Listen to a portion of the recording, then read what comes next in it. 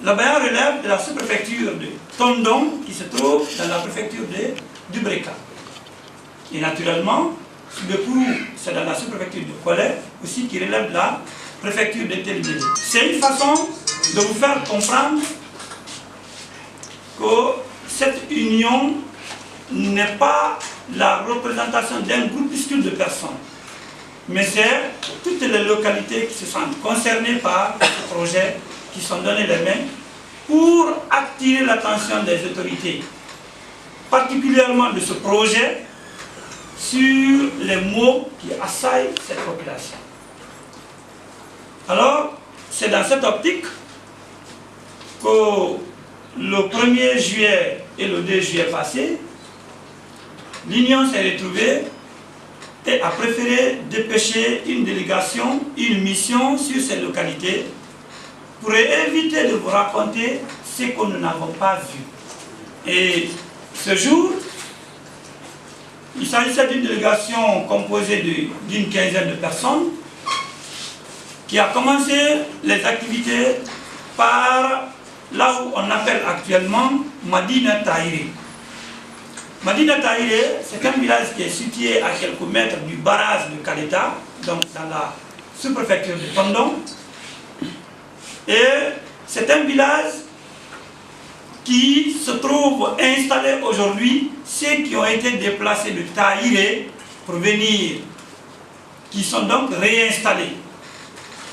Quand on est parti sur les lieux, nous avons eu nécessaire de recueillir les informations sensibles. Au prime abord, on a cessé de savoir il y a eu combien de maisons recensées pour ce district de Tahiré qui est venu actuellement dans Madina Tahiré. Et la réponse était qu'il y a eu 460 bâtiments recensés à Tahiré. Quand le projet a fait le déplacement pour recenser les biens dont disposent les populations de Tahiré avant de les réinstaller dans un autre village qu'on appelle Madina, donc qui a porté le nom de Tahiré, Madina Tahiré. Il y a eu 460 bâtiments recensés par le projet. Et quant aux arbres fruitiers, le projet a demandé à ce que les jeunes du village Tahiré se mettent à la tâche pour recenser tous les arbres fruitiers qu'ils ont. Et quand cette équipe de jeunes s'est mise à la tâche, l'équipe a recensé plus de 3000 arbres. Ensuite, le projet les a demandé de recenser les bâtiments qui étaient inhabités, c'est-à-dire en chantier. Les gens ont recensé tout ça. Qu'est-ce que nous avons constaté? Le projet, en remplacement de 460 bâtiments, n'a construit que 260 bâtiments dans la localité qui doit recevoir ce nouveau village. 260 bâtiments. 260 bâtiments qui est largement inférieur par rapport à 460 bâtiments. Suivez les conséquences. Premièrement, il s'est avéré que tous ceux qui avaient construit 2 ou 3 bâtiments à Tahiré n'ont eu droit qu'à un seul bâtiment là où ils ont été réinstallés. Un seul. Et vous n'êtes pas sans savoir que dans nos localités, je ne sais pas s'il y a certains parmi vous aussi qui sont venus vers là-bas, nous avons les familles de 12 personnes, voire plus. Mais qu'est-ce que nous faisons? Là-bas, le père de famille construit sa case ou bien sa maison et construit une première maison, une première case pour la première dame, deuxième s'il est polygame. Et les enfants aussi ont leur bâtiment à côté. C'est comme ça qu'on vit paisiblement là-bas. Mais ce projet, lui, il n'a fait qu'un seul bâtiment pour toute une famille de ce genre. Aujourd'hui, ce qui se passe là-bas, c'est que la famille de 12 personnes là est obligée de vivre dans une pièce de 2 ou 3 chambres. Je vous dis qu'aujourd'hui, il y a des pères de famille qui vivent dans les bâtiments là-bas et qui partagent le salon avec leurs bris et leurs chambres.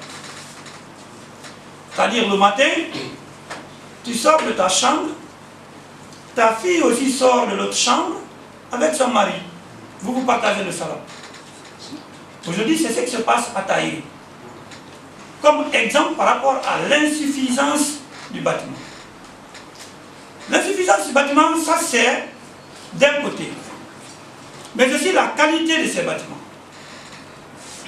Vous ne pouvez pas comprendre qu'un bâtiment soit construit au bout de 1 an, quelques mois, ou alors 2 ans au maximum, que ce bâtiment soit fissuré de la toiture jusqu'au sous-bâtiment. C'est difficile de comprendre. Mieux, vous entrez dans ce bâtiment, vous voyez que le plafond coule. Comme pour dire que les tôles ne sont pas de qualité. Alors, c'est vraiment un calvaire que vivent les gens. Ensuite, on s'est interrogé sur les arbres. Nous, chez nous, vous prenez le palmier chevasse, le palmier chevasse. Le palmier chevasse a plus de rentabilité vers chez nous que quelqu'un qui a 2 ou 3 voitures ici, pour nous. Et je dois vous dire qu'il y a des enfants parmi nous dont leurs mères ont été épousées à travers le résultat de ces palmiers. Comme pour vous dire que c'est sacré pour nous. Vous avez les manguiers. Vous savez bien que parfois il y a la faim dans ce pays. Et lorsque nous n'avons pas les moyens pour acheter des kilos de riz, on se contente des mangues. Vous prenez les oranges, les avocats, etc. Ce projet a eu tout ça. Là où les gens ont été réinstallés, ce projet estime que ces arbres-là n'ont aucune importance. Rien n'a été fait pour aucun arbre. Autre fait majeur, vous ne pouvez pas parler de l'abaya, de Téné ou de Sgokru en ignorant un cultivateur ou bien un éleveur. Nous sommes principalement des cultivateurs ou bien des éleveurs. Et mais pour ce projet, nous devons juste vivre dans les magasins, là où on a été réinstallé. Les gens n'ont pas où cultiver le riz. Ils n'ont pas où surveiller leurs animaux. Ils n'en ont pas. Pour preuve, ceux qui ont quitté Tahiré pour venir à Madina Tahiré, aujourd'hui, il y en a parmi eux dont leurs animaux sont tous retournés. Parce que l'animal ne peut pas traverser le salon quand même avec son propriétaire, comme les filles et les fils le font. Alors, les animaux sont tous retournés. Et quand on dit tous retournés, c'est pour la bouche. Parce qu'ils ont tellement promis aux gens qu'en quittant, les toitures ont été enlevées. Donc il n'y a plus où rester là-bas. Mais puisque les animaux n'ont pas trouvé où s'abreuver, il n'y a pas d'herbe, les animaux sont retournés. Et on a vu un monsieur qui vit à Madina Tahiré aujourd'hui, puisque c'est là où le projet lui a réinstallé, mais qui est obligé de payer 30 000 francs tous les jours pour aller suivre ces animaux, là où les animaux sont regroupés. Le matin, 30 000 francs le retour, encore pour dormir là où il a été réinstallé. Tous les jours, pour un pauvre de Sakari.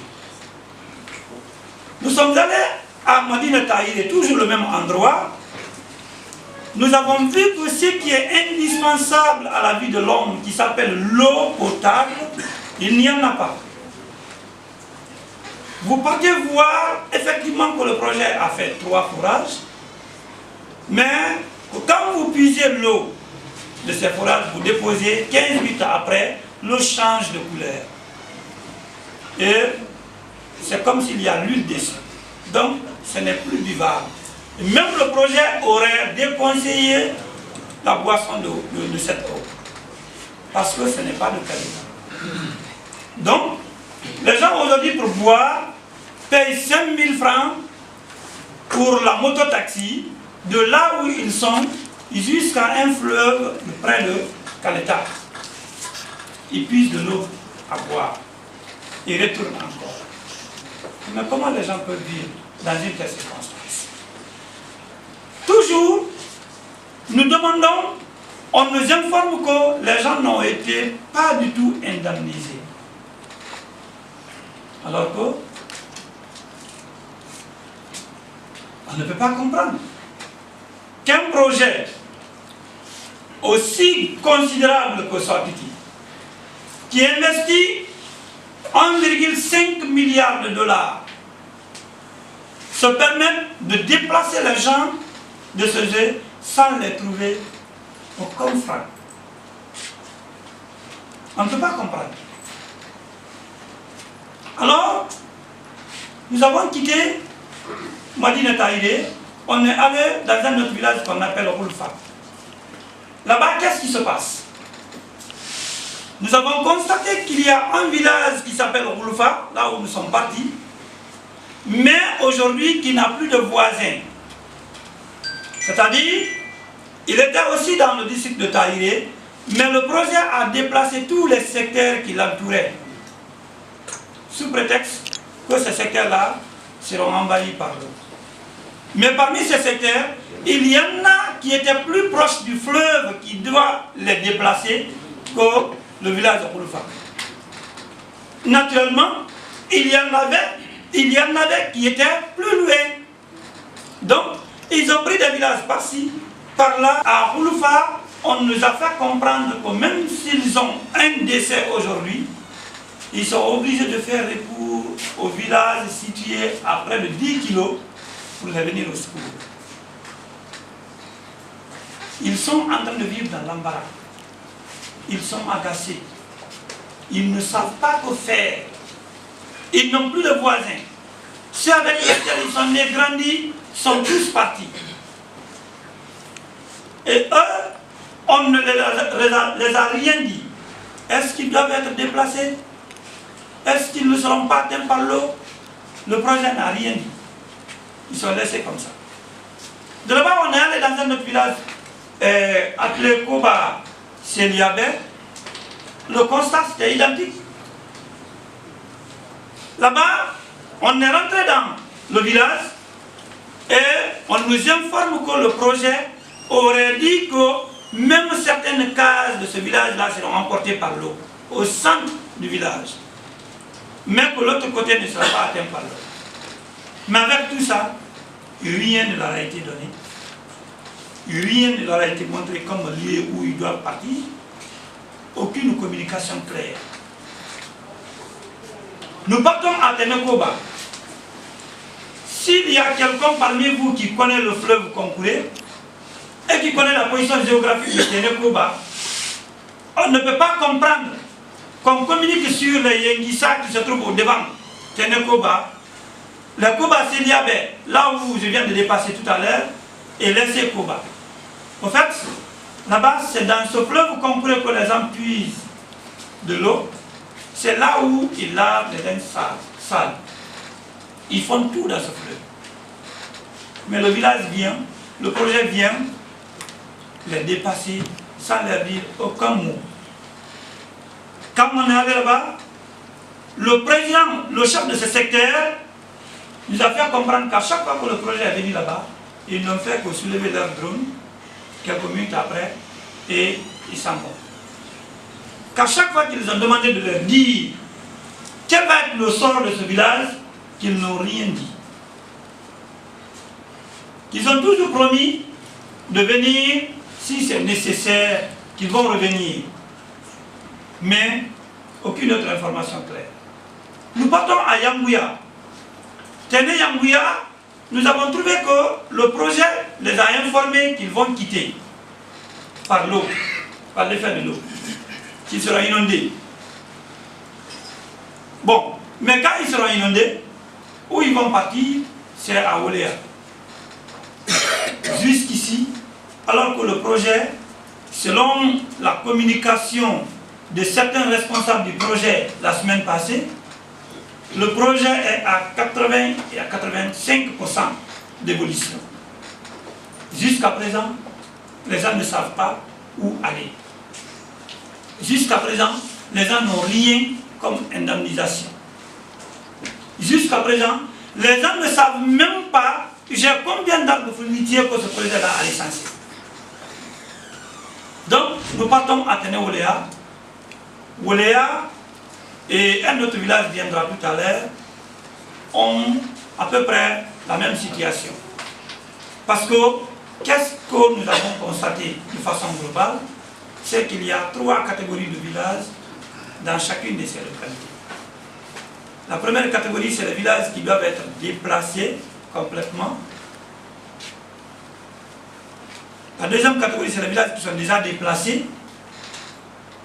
Et la troisième catégorie, c'est les villages qui doivent recevoir l'autre village. Donc, Ouléa, là où je suis comme ça, toujours dans Téné, et un autre village appelé Kansa, ont la même situation. C'est les villages qui doivent recevoir d'autres villages. Mais, je vous dis, chacun de ces villages, pour une superficie de près de 80 hectares, n'a reçu que 3 millions de francs guinéens comme la valeur de l'endroit que le projet sollicite pour réinstaller des villages ailleurs.